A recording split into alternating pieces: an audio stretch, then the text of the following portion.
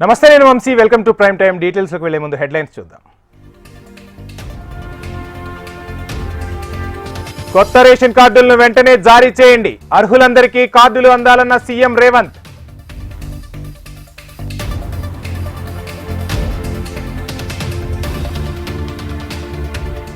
ఇసుక అక్రమ రవాణాపై సీఎం రేవంత్ సమీక్ష, రీచ్లను తనిఖీ చేయాలని కలెక్టర్లు, ఎస్పీలకు ఆదేశం.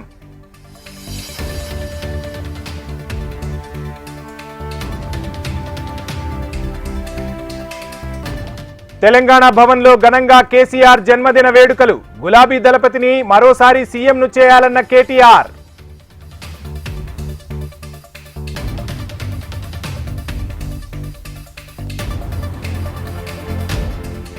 బీబీఎస్ పై సీఎం చంద్రబాబు సమీక్ష, ఆసుపత్రుల్లో మెరుగైన సౌకర్యాలు కల్పించాలని అధికారులకు ఆదేశం.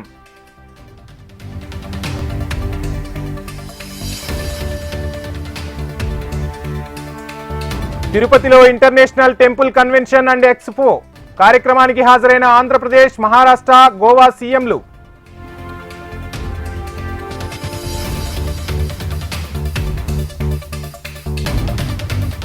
ఢిల్లీ రైల్వే స్టేషన్లో తొక్కిసలాట ఘటనతో కేంద్రం కీలక నిర్ణయం, ప్లాట్ఫామ్ టికెట్ల జారీని నిలిపివేసిన రైల్వే శాఖ.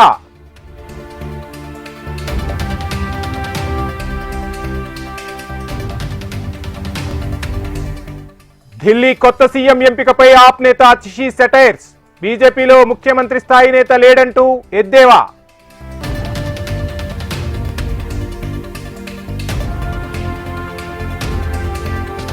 యుఏఈలో ఉక్రెయిన్ రష్యా శాంతి చర్చలు, సౌదీకి చేరుకున్న అధ్యక్షుడు వ్లాదిమిర్ జెలెన్స్కీ.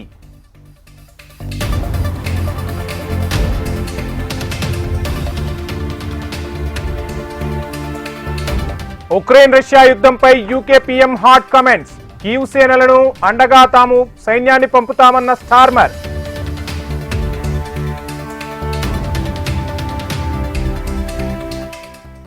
ఎనిమిది రోజుల వరుస నష్టాలకు బ్రేక్, స్వల్ప లాభాల్లో ముగిసిన దేశీయ స్టాక్ మార్కెట్లు.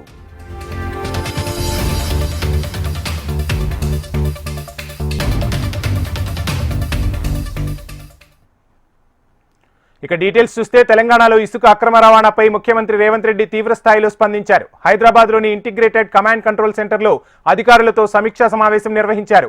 ఈ సమస్యపై సమగ్రంగా చర్చించారు. అక్రమ ఇసుక రవాణాను పూర్తిగా అణిచివేయాలని సంబంధిత శాఖల అధికారులను సీఎం ఆదేశించారు. ఈ సమావేశంలో ముఖ్యంగా జిల్లా కలెక్టర్లు, ఎస్పీలు పాల్గొనగా ఇసుక రీచ్ల తనిఖీలు, అక్రమ రవాణా, ఓవర్లోడ్ వాహనాల పర్యవేక్షణ, విజిలెన్స్ దాడులు చేపట్టాలని స్పష్టమైన ఆదేశాలు జారీ అయ్యాయి. అక్రమార్కులు ప్రభుత్వ ఆదాయానికి గండి కొట్టకుండా అవసరమైన అన్ని చర్యలు తీసుకోవాలని సీఎం అధికారులకు స్పష్టం చేశారు. ఇక ఇటీవల ఇందిరమ్మ ఇండ్లు నిర్మించుకునే లబ్ధిదారులకు ఉచిత ఇసుక సరఫరా చేయాలని సర్కార్ కీలక నిర్ణయం తీసుకుంది. పేదల గృహ నిర్మాణానికి ప్రభుత్వం ఇప్పటికే 5 లక్షల రూపాయల సాయం అందిస్తుండగా అదనపు ఖర్చును తగ్గించేందుకు ఇసుకను ఉచితంగా అందించాలని నిర్ణయించింది. ఈ ఉచిత ఇసుక సరఫరా అమలు కోసం 4 ఉన్నతాధికారులతో ప్రత్యేక కమిటీ ఏర్పాటైంది. ఈ కమిటీ ఇసుక సరఫరా విధానము, లాజిస్టిక్స్, భవిష్యత్తులో తలెత్తే సమస్యలు మొదలైన వాటిపై సమగ్ర అధ్యయనం చేసి ప్రభుత్వానికి పలు సూచనలు అందించనుంది. ముఖ్యంగా ఇందిరమ్మ ఇండ్ల నిర్మాణం కోసం స్థానిక వాగులు, చెరువుల నుంచి ఇసుకను తీసుకోవడం వల్ల ఖర్చు తక్కువగా ఉంటుందని సర్కార్ భావిస్తోంది. ఈ పథకాన్ని విజయవంతంగా అమలు చేయడానికి అక్రమ రవాణాకు అడ్డుకట్ట తప్పనిసరి అని సీఎం పేర్కొన్నారు. అందుకే అధికారులకు తక్షణ చర్యలు చేపట్టాలని స్పష్టమైన ఆదేశాలు జారీ చేశారు. ఇసుక అక్రమ రవాణాపై ఉక్కుపాదం మోపడంతో పాటు ప్రభుత్వ పథకాలకు అవసరమైన ఇసుక సరఫరా నిరాటంకంగా కొనసాగేలా పకడ్బందీ చర్యలు తీసుకోవాలని సీఎం రేవంత్ స్పష్టం చేశారు.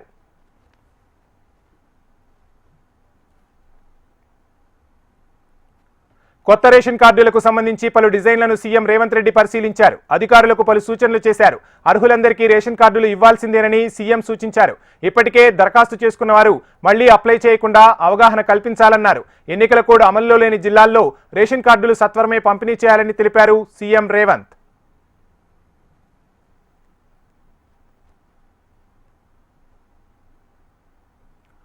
కులగణన అంశాన్ని పక్కదారి పట్టించేందుకు బీజేపీ నేతలు రాహుల్ గాంధీని టార్గెట్ చేస్తున్నారని తెలంగాణ పంచాయతీరాజ్ శాఖ మంత్రి సీతక్క అన్నారు. బీసీలకు జరుగుతున్న అన్యాయాన్ని సరిదిద్ది న్యాయం చేయాలన్నదే రాహుల్ లక్ష్యమని తెలిపారు. విద్వేష విధ్వంసమే బీజేపీ విధానమని విమర్శలు ఎక్కుపెట్టారు. కేంద్ర మంత్రి బండి సంజయ్ రాజ్యాంగం మీద ప్రమాణం చేసి రాజ్యాంగాన్ని అవమానపరుస్తున్నారని ఆరోపించారు. దేశవ్యాప్తంగా కులగణన చేపట్టి జనాభా ప్రాతిపదికన సంక్షేమ ఫలాలు రిజర్వేషన్లు కల్పించాలన్నది రాహుల్ గాంధీ అభిమతమని సీతక్క చెప్పారు. ఇప్పటికైనా తప్పుడు విమర్శలు మానుకోవాలని సూచించారు సీతక్క. రాహుల్ గాంధీ గారు ఒక విజన్ ఉన్న నాయకుడు, ఒక త్యాగాల కుటుంబం నుంచి వచ్చి 35 సంవత్సరాలైనా కూడా ఇప్పటి వరకు ఎలాంటి పదవులు లేకుండా దేశం కోసం అట్టడుగు వర్గాల కోసం పనిచేస్తున్నటువంటి రాహుల్ గాంధీ గారిని పదే పదే బీజేపీ గ్రామ నాయకత్వం నుంచి మోడీ వరకు టార్గెట్ చేసి కించపరిచేటువంటి మాటలు మాట్లాడుతుంది. బీజేపీ నాయకులు చేస్తున్నటువంటి ఏదైతే విద్వేషము, వినాశకర ఆలోచనలు, డైవర్ట్ పాలిటిక్స్, డివిజన్ పాలిటిక్స్, ఇవి సమాజానికి ఉపయోగపడతాయా? ఏమైనా అభివృద్ధి సాధిస్తుందా? ఈరోజు ఈ సమాజంలో నెహ్రూ గారి కాడ నుంచి మన్మోహన్ సింగ్ గారి వరకు తెచ్చినటువంటి అనేక సంస్కరణలే ఈరోజు ఈ దేశాన్ని, ఈ సమాజాన్ని నిలబెడుతున్నది వాస్తవం కాదా? ఆలోచించాలని ఈ సందర్భంగా కోరుకుంటూ, బండి సంజయ్ గారు మీరు మంత్రిగా ఉన్నారు, భారత రాజ్యాంగం మీద ప్రమాణం చేసి వచ్చేటప్పుడు మరి ఏం చేసి వచ్చారు? ఈరోజు ఎందుకు ఇలాంటి విద్వేషపు రాజకీయాలు, విద్వేషపు మాటలు మాట్లాడుతున్నారు? సమాజంలో శాంతి వద్దా? సమాజానికి ప్రేమ వద్దా? సమాజ అభివృద్ధి వద్దా? సమాజానికి ఈరోజు పేదలకు సంక్షేమం వద్దా?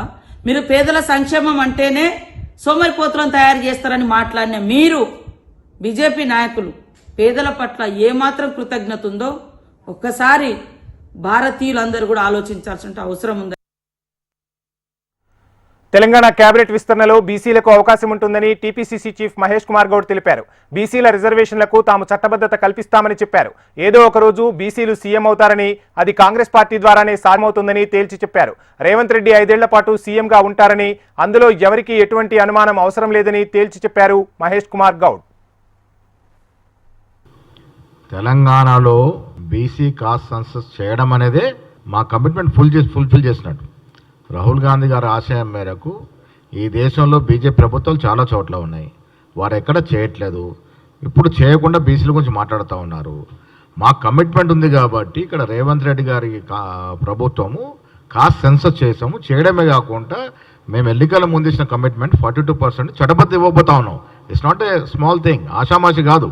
మేము ఇప్పుడు బీజేపీ గారిని, బీఆర్ఎస్ వాళ్ళని అడుగుతున్నాం, మాకు చిత్తశుద్ధి మేము చేస్తూ ఉన్నాము. మీరు 10 ఏళ్ళు బీఆర్ఎస్ చేయలేదు, ఇలా బీజేపీకి అవకాశం ఉంది, కేంద్రంలో అధికారంలో ఉంది, మేము కాస్ట్ సెన్సస్ చేస్తాము. పెద్దలు చెప్పినట్టుగా 9th షెడ్యూల్లో చేర్చి ఈ రిజర్వేషన్ సుప్రీంకోర్టు సీలింగ్ని అధిగమించి మీరు మీ చిత్తశుద్ధి చాటుకోవాలి. ఇవాళ బండి సంజయ్ గారికి నేను వీతో పక్కుతాను, ఓబీసీ బిడ్డగా మీరు కేంద్రంలో మంత్రిగా ఉన్నారు. మేము రేపు చట్టసభలో బిల్లు పెట్టి చట్టసభలో చట్టబద్ధ తీస్తే దాన్ని 9th షెడ్యూల్లో చేర్చి మీరు ప్రధానమంత్రితో మాట్లాడి అధిగమించే విధంగా మీరు ప్రయత్నం చేయాలి. అప్పుడు మీకు బీసీ పట్ల చిత్తశుద్ధిని ప్రజలు నమ్ముతారు. రేపు సీఎం కూడా ఏదో ఒక రోజున ఈ రాష్ట్రంలో బీసీ అవుతాడు, అది కాంగ్రెస్ వల్లే అవుతాడు, ఏ పట్ల అవకాశం లేదు. ఇవాళ రేవంత్ రెడ్డి గారు చక్కటి కార్యక్రమాలు చేస్తూ ఉన్నారు. భవిష్యత్తులో ఎప్పుడైనా బీసీ ఈ రాష్ట్రానికి ముఖ్యమంత్రి అవుతారంటే అది కాంగ్రెస్ పార్టీలో అవుతారు. ఇది సెక్యులర్ స్టేట్లో ఆయన క్యాబినెట్, సెక్యులర్ స్టేట్ భారతదేశం, సెక్యులర్ స్టేట్లో ఆయన ఒక మంత్రిగా ఉండి ముస్లిం గురించి ఇష్టం వచ్చినట్టు మాట్లాడుతూ ఉన్నారు. అలా మాట్లాడొచ్చునా? ముఖ్యమంత్రి ఐఏఎస్ గురించి ఎక్కడ తప్పుగా మాట్లాడలేదు. దీన్ని మసిబూసి మారడిగా చేసే ప్రయత్నం చేస్తూ ఉన్నారు. కేసీఆర్ కుమారుడిగా పుట్టడం తన అదృష్టమన్నారు కేటీఆర్. తెలంగాణ భవన్లో నిర్వహించిన కేసీఆర్ జన్మదిన వేడుకల్లో పాల్గొన్న కేటీఆర్ 70 కేజీల కేక్ కట్ చేశారు. కేసీఆర్ ను కారణజన్ముడిగా అభివర్ణించారు. తెలంగాణలో ఏ వర్గాన్ని కదిలించినా కేసీఆర్ సీఎం అవ్వాలని బలంగా కోరుకుంటున్నారని, రాబోయే 3.5 ఏళ్లు గులాబీ సైన్యమంతా అదే లక్ష్యంగా పనిచేయాలని పిలుపునిచ్చారు కేటీఆర్. సాధారణంగా ఒక బిడ్డకు తన తండ్రి తల్లి అంటే గొప్ప హీరో వర్షిప్ ఉంటుంది. మా నాయన హీరో అనుకుంటారు ఎవరైనా, కానీ కేసీఆర్ గారి కడుపున పుట్టిన బిడ్డగా నిజంగా నా పూర్వజన్మ సుకృతం, నా అదృష్టం. ఎందుకంటే మా నాన్న నా ఒక్కడికే హీరో కాదు, మా నాన్న మొత్తం తెలంగాణ జాతికి హీరో, 4 కోట్ల తెలంగాణ ప్రజలకు హీరో. తెలంగాణకు విముక్తి కల్పించిన ఒక మహానుభావుడు, ఒక కారణ జన్ముడు కడుపున నేను పుట్టడం నా అదృష్టంగా భావిస్తా ఉన్నాను. తెలంగాణ అనే స్వప్నాన్ని తెలంగాణ ప్రజల తరపున స్వప్నించి ఒక కలగని ఆ తర్వాత 25 సంవత్సరాలుగా ఈ రాష్ట్ర రాజకీయాన్ని శాసించి అల్టిమేట్గా సావు నోట్లో తలబెట్టి తెలంగాణను సాధించిన కారణ జన్ముడు మన నాయకుడు కేసీఆర్ గారు అనడంలో రెండో ఆలోచన ఎవరికి కూడా లేదు. ఇవాళ మనందరి లక్ష్యం ఒకటే కావాలి, కేసీఆర్ గారికి దీవెనలు ఇవ్వడంతో పాటుగా, కేసీఆర్ గారికి మీ ఆశీర్వాదాలు ఇవ్వడంతో పాటుగా మనందరి లక్ష్యం ఒకటే కావాలి. ఆటో డ్రైవర్ కావచ్చు, రైతన్న కావచ్చు, ఒక తమ్ముడు కావచ్చు, ఒక చెల్లె కావచ్చు, ఒక ఆడబిడ్డ కావచ్చు, ఎవ్వలను కదిపినా ఇవాళ ఒకటే మాట వినబడుతున్నది, మళ్ళీ కేసీఆర్ రావాలే, కేసీఆర్ గారు తిరిగి రాష్ట్ర ముఖ్యమంత్రి కావాలే అనే ఒకటే మాట వినబడతా ఉన్నది. ఇవాళ కేసీఆర్ గారి జన్మదినం సందర్భంగా మనందరం కూడా ఒకటే ప్రతిజ్ఞ తీసుకుందాం. అందరం ఒకటే లక్ష్యంతో రాబోయే 3.5 ఏళ్ళు పనిచేద్దాం. ఒకటే ఒక్క లక్ష్యం, మళ్ళీ తిరిగి ఏ కేసీఆర్ గారి వల్లనైతే ఈ తెలంగాణ సాకారమైందో అదే కేసీఆర్ గారు తిరిగి ముఖ్యమంత్రి కావడమే లక్ష్యంగా అందరం 60 లక్షల మంది గులాబీ దండు ఆయన కుటుంబ సభ్యులందరం కూడా కలిసిమెలిసి గట్టిగా పనిచేద్దాం.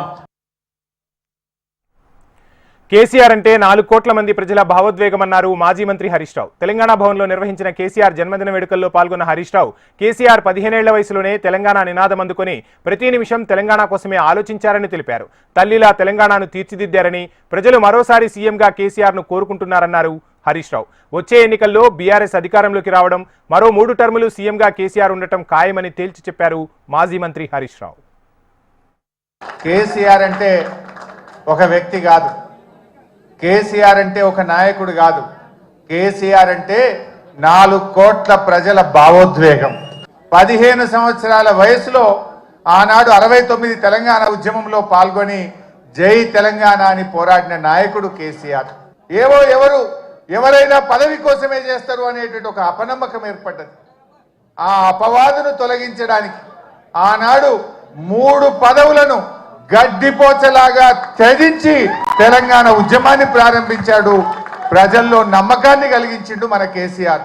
అప్పుడే పుట్టిన బిడ్డను కన్న తల్లి ఎంత ప్రేమగా పెంచుకుంటుందో కేసీఆర్ గారు 10 ఏళ్లలో తెలంగాణను ఒక తల్లిలాగా తీర్చిదిద్దాడు.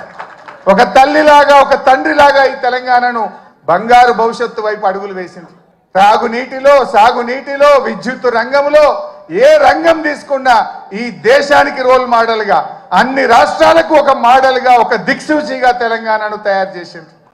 కేసీఆర్ కు తెలంగాణకున్న బంధం ఇది పేగు బంధం, తల్లి బిడ్డల బంధం. కేసీఆర్ కు తెలంగాణ ప్రజలకున్న బంధం. కొంతమంది తెలిసి తెలియక మాట్లాడుతుంటారు, కానీ కేసీఆర్ ప్రతి నిమిషం తెలంగాణ కోసమే ఆలోచించింది. ఎప్పుడన్నా ఎవరికైనా పిల్లలకు తల్లిదండ్రుల మీద కోపం రావచ్చు, కానీ ఆ ప్రేమ మాత్రం ఎప్పటికీ పోదు. కేసీఆర్ది తెలంగాణ ప్రజల మధ్య ఉన్నది తల్లి పిల్లల బంధం, పేగు బంధం. ఇవాళ అందరూ కూడా కేసీఆర్ని కోరుకుంటున్నారు. జనరల్గా ఏమంటారు, ఓటమి విజయానికి నాంది అంటారు. మనం మొన్న ఓడితే ఓడొచ్చు, కానీ రేపు భవిష్యత్తులో మరో 3 టర్ములు బీఆర్ఎస్ పార్టీ గెలవడానికి ఇది నాంది కాబోతా ఉంది. పాత కొత్త కాంగ్రెస్ నేతల పంచాయతీ కొనసాగుతూనే ఉంది. నిజామాబాద్ జిల్లా బాన్సువాడ కాంగ్రెస్ పార్టీలో గ్రూప్ వార్ ముదురుతోంది. పోచారం శ్రీనివాసరెడ్డి, ఏనుగు రవీంద్రెడ్డి వర్గాల మధ్య పచ్చిగడ్డి వేసినా బగ్గుమంటుంది. నిజామాబాద్ లో ఏర్పాటు చేసిన కాంగ్రెస్ సమీక్షా సమావేశంలో అది కాస్త బహిర్గతమైంది. సమీక్షా సమావేశానికి హాజరైన జిల్లా ఇన్ఛార్జి మంత్రి జూపల్లి కృష్ణారావుకు రవీందర్రెడ్డి వర్గం ఫిర్యాదు చేసింది. కాంగ్రెస్ పార్టీ సమావేశం ఏర్పాటు చేస్తే తమపై కేసులు పెట్టారని ఆగ్రహం వ్యక్తం చేసింది. తమకు న్యాయం చేయాలని జూపల్లిని కాంగ్రెస్ కార్యకర్తలు కోరారు. దేవాలయాలు కేవలం ఆధ్యాత్మిక కేంద్రాలే కాదు, అభివృద్ధికి ప్రధాన ఆదాయ వనరులని ఆంధ్రప్రదేశ్ సీఎం చంద్రబాబు తెలిపారు. తిరుపతిలో నిర్వహించిన అంతర్జాతీయ ఆలయ కన్వెన్షన్ అండ్ ఎక్స్పో కార్యక్రమానికి ముఖ్య అతిథిగా చంద్రబాబు హాజరయ్యారు. మన సంస్కృతి వారసత్వ పరిరక్షణలో దేవాలయాలది ప్రధాన పాత్ర అని, దేవుడికి సేవ చేయడం అన్నింటికంటే ఎంతో గొప్పదని తెలిపారు సీఎం. ఆంధ్రప్రదేశ్లోని దేవాలయాల్లో మౌలిక వసతులు పెంచామని, 7 నెలల్లోపే దేవాలయాలకు 134 కోట్లు ఖర్చు చేశామని గుర్తు చేశారు. పెద్ద దేవాలయాలకు కమిటీలు వేసి వాటి ద్వారా దేవాలయాలను నిర్వహిస్తున్నట్లు చంద్రబాబు తెలిపారు. It is a great honor for me to be here. This is Mahakumbh of Temples 2025 organized by ITCX. One side we are all assembling here. Another side, Mahakumbh Mela is going on in a big way. 55 crore people have taken holy dip in Ganga. This is a unique experience for all of us. First time, this ITCX has had a first convention, Kasi. Naturally, they have to come to Tirupati. That's where they came to Tirupati. It is a natural destination for anybody to come to Tirupati. I am very happy. I invite all of you again for this devotional city. 21 years back, they got one idea, how to run temples in future. Then they organized this organization. One vision today, it is the talk of the universal. If you see here, ITCX 25 focus on engaging, empowering and enhancing the temple economy, recognizing temple as not just spiritual centers, but also economic, cultural hubs, and also how to run the temples also they are discussing. Today, there are very emotional speeches also. I am very happy. This grand event unites nearly 1581 temples from 17 countries. Not only India, that is the power of temples future also. I don't have any doubt. This is a great legacy inherited by India and all of us. This will go globally. It won't stop here. భారత దేవాలయాల చరిత్ర ఎంతో పురాతనమైనదని Maharashtra CM Devendra Fadnavis తెలిపారు. దక్షిణ భారత్లోని ఆలయాలు చూసి విదేశీయులు ఆశ్చర్యపోతున్నారని అన్నారు. దేవాలయాలతో మన సంస్కృతి ముడిపడి ఉందని, మన జీవితంలో దేవాలయాల పాత్ర విడదీయరానిదని దేవేంద్ర ఫడ్నవీస్ తెలిపారు. इंटरनेशनल टेंपल कन्वेंशन की टीम को बहुत बहुत धन्यवाद देना चाहता हूं कि उन्होंने तिरुपति की इस पावन नगरी में यह दूसरा कन्वेंशन आयोजित किया और हम सभी को यह अवसर दिया कि भगवान बालाजी का दर्शन भी हम ले और देश में जो सबसे अच्छे तरीके से मैनेज होता है, जिसके प्रबंधन को लोग समझना चाहते हैं, ऐसे तिरुपति देवस्थानम को भी हम लोग जाकर दर्शन ले पाए। और ये भी मैं ऐसा मानता हूं कि एक बहुत अच्छा योग है कि ये जो कन्वेंशन हो रहा है, राजमाता अहिल्या देवी होळकर इनकी 300वीं जन्मशती के अवसर पर हो रहा है। हम सभी लोग जानते हैं कि हमारे सनातन मंदिरों को विदेशी आक्रांताओं ने ध्वस्त किया और एक प्रकार से जब हमारी आस्था को ठेस पहुंची थी, उस समय पूरब से पश्चिम तक और उत्तर से दक्षिण तक राजमाता अहिल्या देवी होळकर एक ऐसी व्यक्ति थी जिन्होंने हमारे मंदिरों का, घाटों का, पूजा स्थलों का पुनरुज्जीवन किया और फिर एक बार हमारी आस्था को जीवित करने का काम उन्होंने किया, जिसका उल्लेख प्रमोद सावंत जी ने किया। छत्रपति शिवाजी महाराज के बाद पूरे देश में हमारे मंदिरों को पुनरुज्जीवित करने वाली ऐसी अहिल्या देवी के 300वें साल ये कार्यक्रम हो रहा है। ये बहुत हम सभी के लिए हर्ष की बात है और ये एक ऐसा समय है जब देश के आदरणीय प्रधानमंत्री जी ने हमारे देश में सांस्कृतिक पुनरुत्थान का एक यज्ञ शुरू किया है और फिर एक बार इस देश के लोग अपने आप को सनातनी कहते हुए गर्व महसूस करते हैं। इस प्रकार की ये बेला है। ఆంధ్రప్రదేశ్లో గులియన్ బారే సిండ్రోమ్ కేసులు టెన్షన్ పెడుతున్నాయి. నిన్న గుంటూరు జీజీహెచ్లో ఓ వృద్ధురాలు జీబీఎస్ వ్యాధి లక్షణాలతో మృతి చెందడం తీవ్ర కలకలం రేపింది.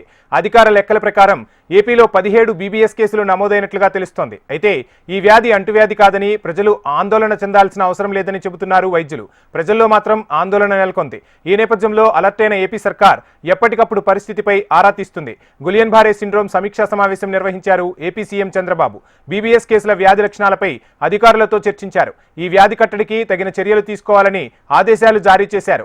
ఆసుపత్రుల్లో మెరుగైన సౌకర్యాలు, వ్యాధి నిర్ధారణ పరీక్షలపై దృష్టి సారించాలని సూచించారు. ఇంజెక్షన్ కూడా అందుబాటులో ఉంచాలని, వైద్య ఆరోగ్య శాఖ ప్రజలకు అవగాహన కల్పించాలని ఆదేశించారు సీఎం. ఈ సమావేశంలో మంత్రి సత్యకుమార్ యాదవ్, సీనియర్ ఆరోగ్య శాఖ అధికారులు పాల్గొన్నారు.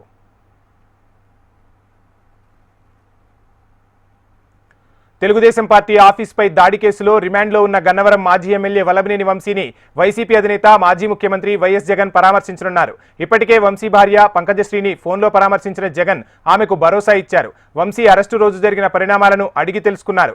రేపు ఉదయం 10:30 పలువురు వైసీపీ నేతలతో కలిసి విజయవాడ జిల్లా జైలుకు వెళ్లనున్న జగన్ ములాఖతులో వల్లభనేని వంశీని కలిసి పరామర్శించనున్నారు. కాగా ఇప్పటికే పలు కేసుల్లో అరెస్టైన వైసీపీ నేతలను కూడా వైఎస్ జగన్ పరామర్శిస్తూ వారికి ధైర్యాన్ని చెబుతూ భరోసా ఇస్తున్నారు.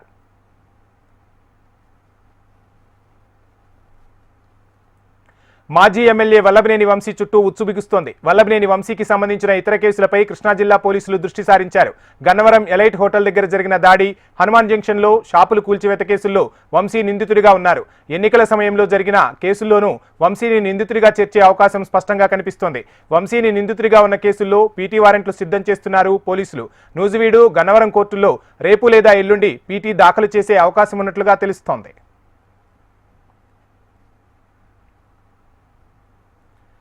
తుని మున్సిపల్ వైస్ చైర్మన్ ఎన్నిక మూడోసారి వాయిదా పడింది. కోరం లేకపోవడంతో వాయిదా వేస్తున్నట్లు కాకినాడ జిల్లా జాయింట్ కలెక్టర్ ప్రకటించారు. మంగళవారం ఉదయం ఎన్నిక నిర్వహిస్తామని చెప్పారు. వైసీపీ నుంచి తెలుగుదేశం పార్టీలో చేరిన 10 మంది కౌన్సిలర్లు మాత్రమే ఈ ఎన్నికకు హాజరయ్యారు. తమకు రక్షణ కల్పిస్తేనే ఎన్నికకు వస్తామని వైసీపీ కౌన్సిలర్లు ప్రకటించారు. 28 మంది కౌన్సిలర్లలో 15 మంది హాజరైతేనే ఎన్నిక జరిగే అవకాశం ఉంటుంది. తుని మున్సిపాలిటీలో మొత్తం 30 మంది కౌన్సిలర్లు ఉన్నారు. గతంలో జరిగిన ఎన్నికల్లో 30 స్థానాల్లో వైసీపీ గెలిచింది. ఒక కౌన్సిలర్ మృతి చెందగా మరొక కౌన్సిలర్కు డిఎస్సీలో టీచర్ ఉద్యోగం రావడంతో రాజీనామా చేశారు. 28 మంది కౌన్సిలర్లు వైసీపీకి చెందినవారే.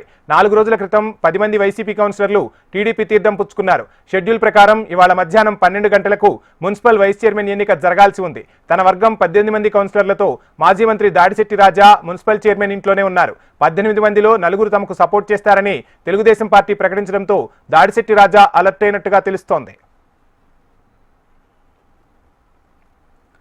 పల్నాడు జిల్లా పిడుగురాళ్ల మున్సిపల్ వైస్ చైర్మన్ పీఠం తెలుగుదేశం పార్టీ కైవసం చేసుకుంది. మున్సిపల్ వైస్ చైర్మన్ గా 30 మంది వార్డు కౌన్సిలర్లుగా ఉన్న ఉన్నం భారతిని ఎన్నిక చేశారు. వైస్ చైర్మన్ గా ఉన్నం భారతిని 28వ వార్డు కౌన్సిలర్ కర్రే నాగేశ్వరరావు ప్రతిపాదించగా 16వ వార్డు కౌన్సిలర్ సుజాత బలపరిచారు. ఆమె ఎన్నికకు కౌన్సిలర్లు ఆమోదం తెలిపారు. దాంతో ఎన్నిక ప్రక్రియ పూర్తి చేసి వైస్ చైర్మన్ గా భారతిని డిక్లేర్ చేశారు ఎన్నికల అధికారి.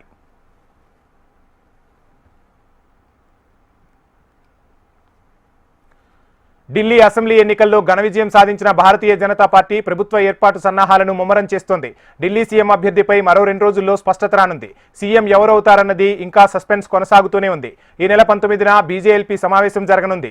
ఈ సమావేశంలో బీజేఎల్పీ నేతను ఎన్నుకోనున్నారు. ఈ సమావేశంలో కొత్తగా ఎన్నికైన ఎమ్మెల్యేలు, ఢిల్లీ బీజేపీ ఎంపీలు పాల్గొంటారు. ఇప్పటికే సీఎం ప్రమాణ స్వీకారోత్సవానికి కోఆర్డినేటర్లుగా వినోద్ ధావ్డే, తరుణ్ చుగ్లను పార్టీ అధిష్టానం నియమించింది. వీరు ఇచ్చే నివేదిక ఆధారంగా ప్రధానమంత్రి మోడీ నాయకత్వంలో జరిగే బీజేపీ పార్లమెంటరీ బోర్డు సమావేశంలో సీఎం అభ్యర్థిని ఖరారు చేసే అవకాశాలు కనిపిస్తున్నాయి. ఇక ఈ నెల 20వ తేదీన ఢిల్లీ మంత్రివర్గ ప్రమాణ స్వీకారం జరిగే అవకాశం ఉంది.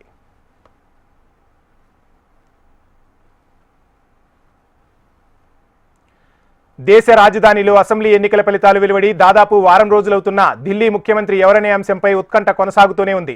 ఢిల్లీ నూతన సీఎం మంత్రివర్గాన్ని ప్రకటించే విషయంలో జాప్యంపై ఢిల్లీ ఆపద్ధర్మ సీఎం అతిషి బీజేపీని ప్రశ్నించారు. ముఖ్యమంత్రి పదవిని చేపట్టి ప్రభుత్వాన్ని నడిపే సామర్థ్యం గల నేతలెవరూ లేనందునే బీజేపీ ఇంకా అభ్యర్థిని ప్రకటించలేదని దుయ్యబట్టారు. ఎన్నికల్లో గెలుపొందిన 48 మంది బీజేపీ ఎమ్మెల్యేలు ఒకరిపైన కూడా ప్రధాని మోదీకి నమ్మకం లేదని, అందుకే నూతన సీఎంను ప్రకటించడానికి వెనకడుగు వేస్తున్నారని ఆరోపించారు. దేశ రాజధానిలో ప్రభుత్వాన్ని నడిపే సత్తా లేని వారు ప్రజల అభివృద్ధికి ఎలా పనిచేస్తారని ప్రశ్నించారు అతిషి. 13 तारीख 14, 15, 16, 17 आज 10 दिन बीत गए हैं, लेकिन भारतीय जनता पार्टी मुख्यमंत्री पर निर्णय नहीं ले पाई है. ప్రధాని మోడీ అధ్యక్షతన బుధవారం కేంద్ర కేబినెట్ సమావేశం జరగనుంది. ఈ సమావేశంలో పలు కీలక నిర్ణయాలు తీసుకునే అవకాశం ఉందని తెలుస్తోంది. ప్రధాని మోడీ ఇటీవల 2 దేశాల పర్యటనకు వెళ్లొచ్చారు. ఫ్రాన్స్, అమెరికా పర్యటనకు వెళ్లి వచ్చారు ప్రధాని. ప్రస్తుతం అమెరికా అధ్యక్షుడు ట్రంప్ వాణిజ్య యుద్ధం ప్రకటించారు. దీనిపై ప్రధాని మోడీ చర్చించినా ప్రయోజనం లేకుండా పోయింది. ట్రంప్ నిర్ణయాల వల్ల దేశీయ స్టాక్ మార్కెట్లు తీవ్ర ఒడిదుడుకులను ఎదుర్కొంటున్నాయి. ఈ అంశాలు కూడా సమావేశంలో చర్చకు వచ్చే అవకాశం ఉన్నట్లు సమాచారం. ప్రస్తుతం ఇండియా వికసిత్ భారత్ వైపు అడుగులు వేస్తోంది. ఆ దిశగా కేంద్ర సర్కార్ ఇప్పటికే పలు కీలక నిర్ణయాలు తీసుకుంది. తాజా సమావేశంలో కూడా అభివృద్ధికి సంబంధించిన పలు అంశాలపై సుదీర్ఘంగా చర్చ జరిగే అవకాశం ఉంది.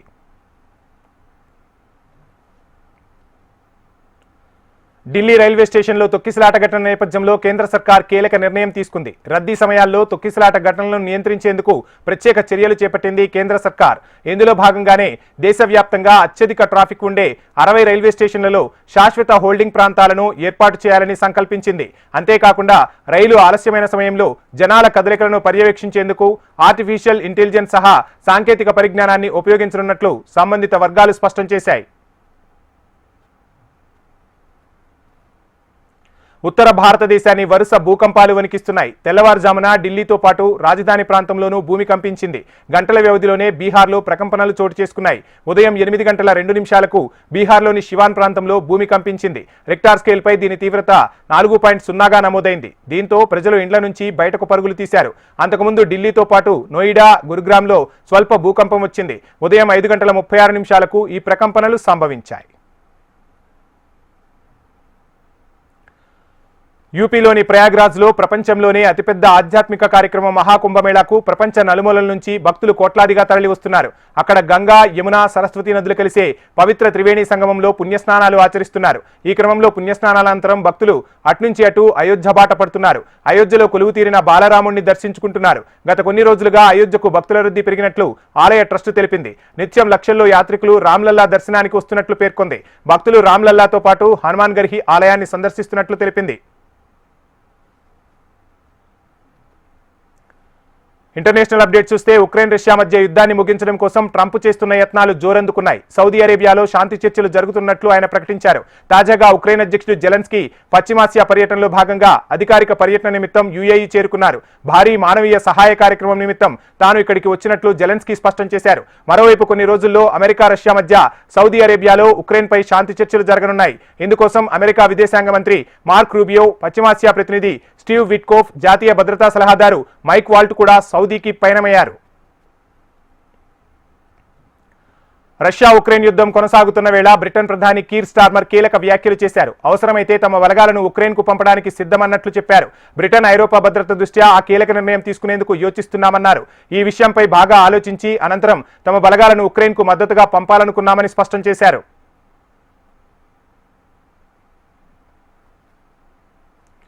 అమెరికాలోని కెంటకీలో వచ్చిన మెరుపు వరదల్లో మృతుల సంఖ్య 8కి చేరుకుంది. అక్కడ ఓబియాన్ నదికి సంరక్షణగా నిర్మించిన కట్ట తెగిపోవడంతో ఒక్కసారిగా సమీప ప్రాంతాలు పూర్తిగా జలమయమయ్యాయని ఓబియాన్ కౌంటీ మేయర్ వెల్లడించారు. ఆ ప్రాంతంలో అత్యవసర పరిస్థితి ప్రకటించారు. దీంతో పాటు ఆ ప్రాంతంలో విపత్తు సంభవించినట్లు అమెరికా అధ్యక్షుడు ట్రంప్ తెలిపారు. పశ్చిమాఫ్రికా దేశమైన మౌలీలో ఘోర ప్రమాదం సంభవించింది. కెనీబీ జిల్లాలో అక్రమంగా నిర్వహిస్తున్న ఓ బంగారు గని కూలి 48 మంది దుర్మరణం పాలయ్యారు. అనేక మంది తీవ్రంగా గాయపడ్డారు. డాబియా కమ్యూన్లోని భిలాలి టోకో వద్ద ఈ ఘటన జరిగినట్లు స్థానిక మీడియా వెల్లడించింది. చైనాకు చెందిన వారు ఈ గోల్డ్ మైన్ను నడుపుతున్నారని తెలిసింది. మట్టి పిల్లలు విరిగిపడడంతో ఈ ప్రమాదం సంభవించినట్లు పేర్కొంది. బాలీవుడ్ స్టార్ హీరోయిన్ ఆలియా భట్ మరో ఘనతను సాధించారు. ఇన్స్టాలో ప్రపంచవ్యాప్తంగా అత్యంత ప్రభావవంతమైన నటీమణుల జాబితాలో 2వ స్థానంలో నిలిచారు. Influencer marketing platform hype auditor తాజాగా విడుదల చేసిన నివేదికలో ఆలియా 2వ స్థానాన్ని కైవసం చేసుకున్నారు. జెన్నిఫర్ లోపెజ్ వంటి అంతర్జాతీయ దిగ్గజాలను వెనక్కిరెట్టి ఆలియా టాప్ ప్లేస్ కు చేరుకున్నారు. దీంతో ఆలియా సినీ రంగంలో తన స్థానాన్ని పదిలం చేసుకున్నారు. అభిమానులు ఆమెకు శుభాకాంక్షలు తెలిపారు.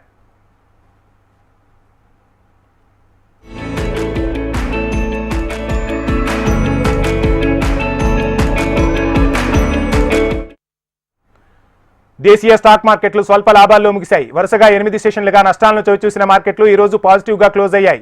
ఉదయం ట్రేడింగ్ ప్రారంభమైనప్పటి నుంచి నష్టాల్లో కొనసాగిన మార్కెట్లు చివర్లో కొనుగోళ్ల మద్దతుతో లాభాల్లోకి అడుగుపెట్టాయి. ఇవాళ ట్రేడింగ్ ముగిసే సమయానికి సెన్సెక్స్ 57 పాయింట్ల లాభంతో 75,996 వద్ద ముగిసింది. నిఫ్టీ 30 పాయింట్లు పెరిగి 22,959 వద్ద స్థిరపడింది. అమెరికా డాలర్తో మన రూపాయి మారకం విలువ 86 రూపాయల 87 పైసలుగా ఉంది. బీఎస్ఈ సెన్సెక్స్ టాప్ గెయినర్స్ గా Bajaj Finserv, IndusInd bank, power grid corporation, Adani Forbes, UltraTech cement కంపెనీలు నిలవగా టాప్ లూజర్స్ గా Mahindra and Mahindra, Bharti Airtel, TCS, Infosys, ICICI bank షేర్లు నిలిచాయి.